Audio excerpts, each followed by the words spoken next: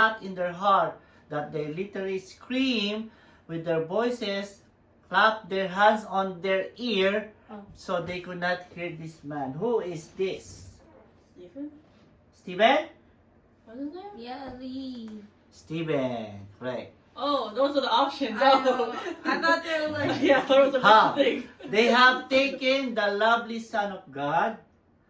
They have driven their nails into his hands. They have driven the nails through his feet. Obstructing attaching him into a wooden cross. What is this? Romans? The Jews. Romans have done a foul deed. Oh, Not no. Right. the ones who nailed it. Yeah, the Oh, Romans. oh. Yeah, the Romans are the Romans. ones who did it. This is from the past The lesson. I'm Jews. just making you remember. Okay, she got this one. She got it. They have accused him of being blasphemer. The Jews. They scream of his blood. The They Jews. too have mocked him. The Jews. Who is this? The Jews. The Jews. Let him finish. The Bible says, in the midst of this, he pulled himself into a kneeling position. Stephen. Stephen. It just says he, so it's Stephen. Okay. Lord, lay not this sin on their charge. Lord, be merciful. Don't make them pay for Stephen. this. Be gracious to them. Who said that? Stephen. Stephen or Jesus? Stephen. Stephen?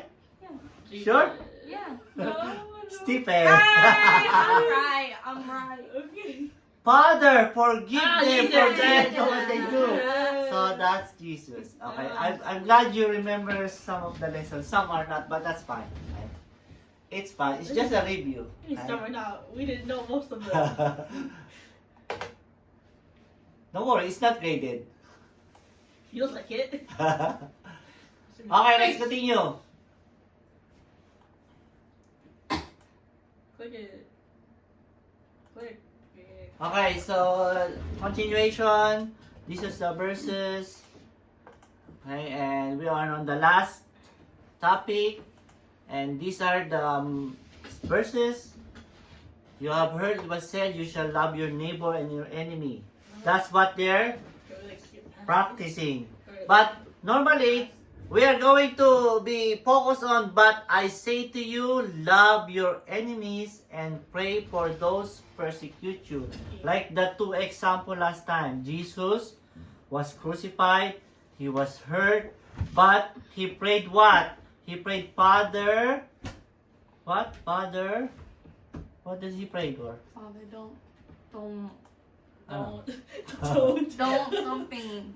Okay, so, Don't like, punish them. he's They don't know forgiving, what they've done. he's forgiving the Romans who did him wrong. So, that's one example. The second example is What? Stephen. Oh. Okay? Because I said, maybe you were thinking that Jesus can do that because he is Son of God. But Stephen is not. He's an ordinary man. So, but he can still forgive his enemy, love his enemy. Okay?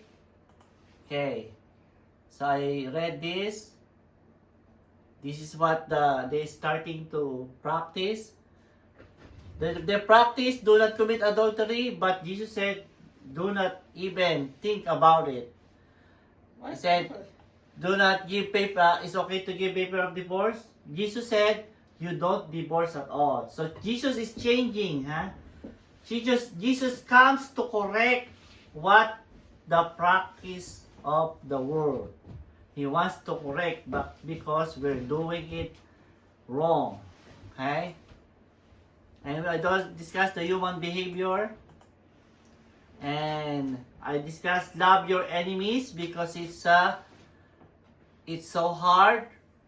And he says if love is the greatest thing, love is the greatest thing. Yeah. Now what can the love can do? The most. Come on, girl. Huh? If love is the greatest thing, loving your enemy is the greatest thing love can do. Hard to do. This is the greatest thing to do. Okay, we're done with this. And this is for Stephen. Okay, now we continue with This one. We all were friends. Do you have friends? No. We all have friends, one Yeah. or many.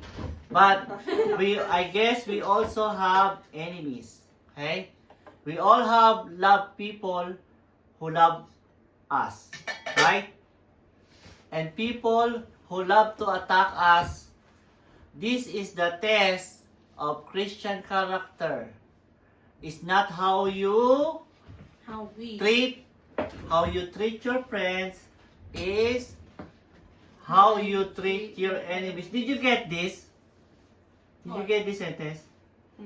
If I don't like it. the test of being a Christian is not how you treat your friends. The test of being a Christian is how you treat your enemies. If you can treat your enemies good, then that's how you are in your level of Christianity. This is how is your level, how you know God. Okay? Because, yeah, it's normal. You love your friends because they love you back. But loving your enemies is a different level. If you cannot love your enemies, that's how you can tell you're a Christian. How far you're being a Christian. If you're having a hard time, maybe you're just starting to be a Christian. It depends on how deep is your Christianity or how you would study about God. Okay? Got this? Mhm. Okay. You can really tell there is to know about a man's true spirituality by what he does when people attack him. See? When people say something bad at you, your reaction is the measurement. Okay? What? Your reaction to them is your measurement. If you react bad, that's how you are being measured if you're a Christian or you know God. But normally people, if they were attacked, they attack back. Yes. Okay. Mm. So, if that in your level, you are still maybe starting to be a Christian or not at all. But if you're learning this, you should be changing your reaction to your enemy. To people attack you. Okay? When people hate you, despise you, persecute you, or stands against you, or criticize you, because then there will be a revelation of the reality of his life. So this is you. The way you react to people that do bad to you is how you define yourself. Okay? Next. What's na ang mouse? Oh my gosh. The short love of people. This is how people love. Huh? On the basis of the kind of object they are, if they are attractive. So people love things that are attractive. Good look. Okay? For example, when guys looking for some girls Ew. Mm. to marry, you know, girls come across in their path. So guys pick girls. Oh, maybe this is not what I like. I pass. Okay? Boom. And then when you pick something that you like, then oh, this is the one I'm gonna marry, right? Mm. Hey. No thanks. And there's something attractive there. Came along all of a sudden. There is something emotional that hooks you to the thing. Sometimes we love things that we feel something emotional. So this is so cute. So I love this, right? But Yeah. not everything. This is not. I don't like it, right? Yeah. So this is explaining how we love things. Okay? Another. When we look at the picture or we look at the house or the style of a car, there are some objects that attract our affection, right? You say, this car it looks good. This car is just like normal, right? This picture, I look good in here. This picture, I don't like, right? Mm. So it means we only like when we are attracted to it, but not all of it, right? This is the type of how we love things, okay? Or sometimes personality, you love this guy, the famous YouTuber or an artist. Some are not. You love the song of this artist, some are not, right? Okay.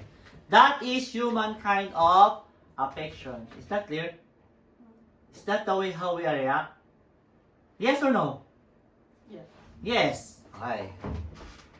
So that's the sort of love people. Yeah.